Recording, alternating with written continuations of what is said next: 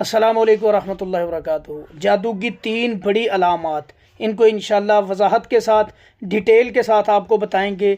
इससे आप बड़ी आसानी से असेस कर सकते हैं कि आपके ऊपर जादू है या नहीं।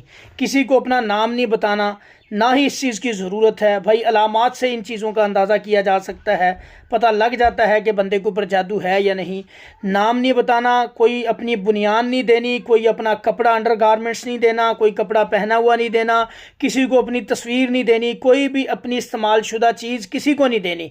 इससे जादू का पता नहीं चलेगा, बल्कि आपके ऊपर मज़ीद जादू होगा और आप मुसीबत में दलदल में फंस जाएंगे। जादू की तीन बड़ी अलामत मैं आपको गोश गुजार करने वाला हूँ। पहली अलामत इसकी ये है कि जिस घर के अंदर जादू हो, जिस घर के अफराद पे जादू हो, उस घर में बीमारी अपने डेरे डाल लेती है। बंदा बीमार रहता है, चिड़चिड़ा रहता है।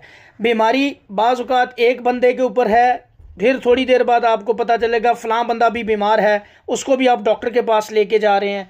छोटे भी बीमार हैं, बड़े भी बीमार हैं। और इवन दो यहाँ तक के घर के अंदर अगर आपने जानवर रखे हैं, आप ज़िम्मेदार हैं, घर में जानवर हैं, गाय हैं, भैंसे हैं, ये भी बीमार रहना शुरू हो जाती हैं। और बाज़ औक़ात तो यहाँ तक होता है कि गाय या भैंस दूध देना छोड़ देती है, दूध ही नहीं देते ऐसे जानवर, या उनकी फर्टिलिटी ख़त्म हो जाती है, उनकी नस्ल नहीं आगे बढ़ती। ये भी इसके असरात हैं। बाज़ औक़ात डरते हैं जानवर, बोलते रहते हैं। और इसी तरह अगर आपने परिंदे या कोई घर में पेट रखा हुआ है बिल्ली की शक्ल में, या तोते या परिंदे या मुर्गियाँ, तो ये भी डरना शुरू हो जाते हैं। बाज़ औक़ात ये भी बीमार भी रहते हैं और मरते भी हैं, मरना भी शुरू हो जाते हैं। ऐसे भी केसेस आते हैं कि ये इफ़ेक्ट जादू का जो होता है इन चीज़ों के ऊपर भी होता है, यानी कि घर के अफराद पे भी जादू का असर होता है, घर के अंदर जो भी जानदार हैं उनके ऊपर भी इसका इफ़ेक्ट होता है, इवन दो पौधों के ऊपर भी इसका इफ़ेक्ट होता है। तो भाई ये सबसे बड़ी अलामत।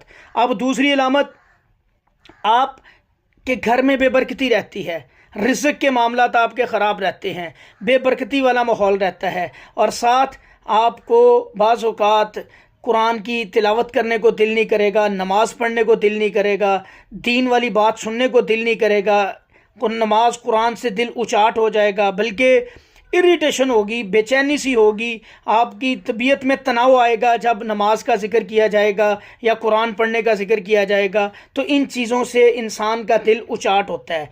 ये दूसरी बड़ी निशानी है। और फिर तीसरी बड़ी निशानी कि आप जब बीमार होते हैं, आप जाके अपने टेस्ट करवाते हैं, तो उन टेस्टों में भी कुछ नहीं आता। अब ज़ाहिरी बात है, एक बात याद रखें, ये जो भी मशीनें हैं, कोई अल्ट्रासाउंड करने वाली मशीन है, कोई सिटी स्कैन करने वाली मशीन है, या कोई भी चीज़ है, किसी भी चीज़ को चेक करने वाली मशीन है, उसके अंदर जादू को असेस करने के लिए कोई पैरामीटर नहीं है। वो किसी तरह भी जादू को असेस नहीं कर सकती। जादू में रिपोर्ट्स आपकी बिल्कुल क्लियर आएंगे, उसमें बिल्कुल जादू नहीं आएगा, कोई ऐसी अलामत ज़ाहिर नहीं होगी।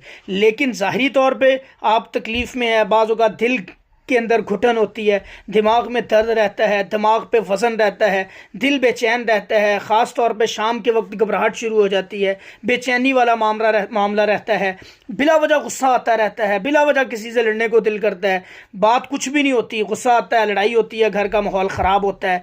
और इसी तरह दिल के अंदर तंगी महसूस करता है, घुटन महसूस करता है, दबाव महसूस करता है। तो ये अलामात याद रखें जादू की हैं।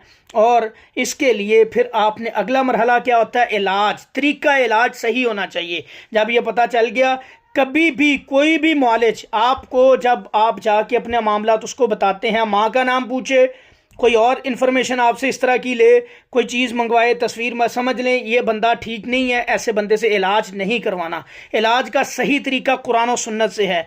मेरे भाई, जादू है, जिन है, नज़र है, हसद है, तो इसका इलाज कुरान से किया जाता है। कुरान को अल्लाह ताला ने शिफा बनाया, और ना कि इसको लटकाने से बंदा ठीक होता है। ये भी याद रखें, इसको पढ़ने से ठीक होता है, इसको सुनने से ठीक होता है, इस पर अमल करने से इंसान ठीक होता है, इसको समझने से इंसान ठीक होता है। तो इन चीज़ों का ख़ास ख्याल रखना है। और जो मुआलिज आपको डराए, खौफज़दा करे, परेशान करे, समझ लें ये भी रॉन्ग नंबर है, ये बंदा ठीक नहीं है, ये आपको ख़राब करेगा और ज़्यादा परेशानी में डाल देगा। इससे क्या होता है, मरीज़ मज़ीद बीमार हो जाता है।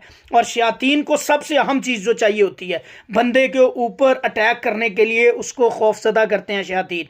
अगर ऐसा मुआलिज आपको मिलता है जो आपको खौफज़दा करता है, तो समझ लें ये भी शयातीन का चेला है, ये भी उनका मुआवन है, उनके साथ मिल के काम कर रहा है, तो ऐसे लोगों से बचना है भाई। ये सही तरीका नहीं है, ये मज़ीद परेशानी में आपको डाल देंगे, मज़ीद डराएंगे। और अल्हम्दुलिल्लाह ये शयातीन हमारा कुछ भी नहीं कर सकते। अल्लाह ने हमें ताकत दी है, अल्लाह ने हमें ज़्यादा मजबूत बनाया है, ज़्यादा ताकतवर बनाया है इन शयातीन के मुकाबले में। और ये उन लोगों पे मुसल्लत होते हैं जो इनसे डरते हैं। डरना किससे है? एक अल्लाह ताला से। कुरान में अल्लाह फरमाते हैं कि मुझसे डरो ताकि तुम कामयाब हो जाओ। कामयाबी की गारंटी, कामयाबी की कुंजी, चाबी क्या चीज़ है? अल्लाह का डर, अल्लाह का खौफ, तकवा, परहेजगारी, ये अपने दिल में हमने लानी है। इंशाल्लाह शैतान हमसे मज़ीद दूर होगा, नज़दीक नहीं आ पाएगा। डर खौफ वाला मामला नहीं रखना। और इसका सही तरीका इलाज जो है वो मेरे भाइयों बहनों कुरान से है। कुरान से इलाज किया जाता है। जो मौलिज आपकी ढारस बांधता है, जो आपको मोटिवेट करता है, इनकरेज करता है, हौसला अफजाई करता है, वो बिल्कुल सही रास्ते और कुरान से इलाज करता है। ऊंची आवाज़ में कुरान पढ़ता है, मुंह में कुछ नहीं पढ़ता, तावीज़ नहीं देता, गंडा नहीं देता, धागा नहीं देता, कड़ा छल्ला नहीं देता, नजराने नहीं मांगता, बकरे छतरे नहीं मांगता, मुर्गियां नहीं मांगता। समझ लो ये बंदा कुरान पढ़ रहा है और ऊंची आवाज़ में पढ़ रहा है और तरीका इलाज माँ का नाम नहीं पूछ रहा, कुरान पढ़ के कर रहा है, अलामात से असेस कर रहा है, तो ये बिल्कुल सही है, सही रास्ते पे है। इसी तरीके से इलाज करवाना है। और इन सारी चीज़ों को जब आप असेस कर ले तो पहला काम फौरी तौर पर आपने क्या करना है? इखलास, फलक, नास, आयतुल कुर्सी, सूरह अल बकरा की आखिरी 2 आयात, सूरह फातिहा फौरी सुबह शाम 7 टाइम्स पढ़नी शुरू कर दें। अल्लाह के हुक्म से इससे आपको रूहानी ताकत मिलेगी और फिर आपने सही मौलिज से अपना इलाज करवाना है। मेरा अल्लाह इंशाल्लाह आप खुद नोट करेंगे, आपके मामलात इन नो टाइम ठीक होने शुरू हो जाएंगे। डरना नहीं है, खौफजदा नहीं होना, पैनिक नहीं होना, घबराना नहीं है। हर काम में अल्लाह को अपने मामलात में शामिल करें। जब अल्लाह हमारे साथ हैं भाई तो अल्लाह के फजल व करम से शैतान वहाँ पे नहीं आता, अल्लाह की मदद आती है। फिर अल्लाह अपने बंदों की रहनुमाई करते हैं। अल्लाह फरमाते हैं मैं बाजू बन जाता हूँ उस बंदे का, मैं उसकी हिफाजत करता हूँ। तो अल्लाह की तरफ रुजू करना है।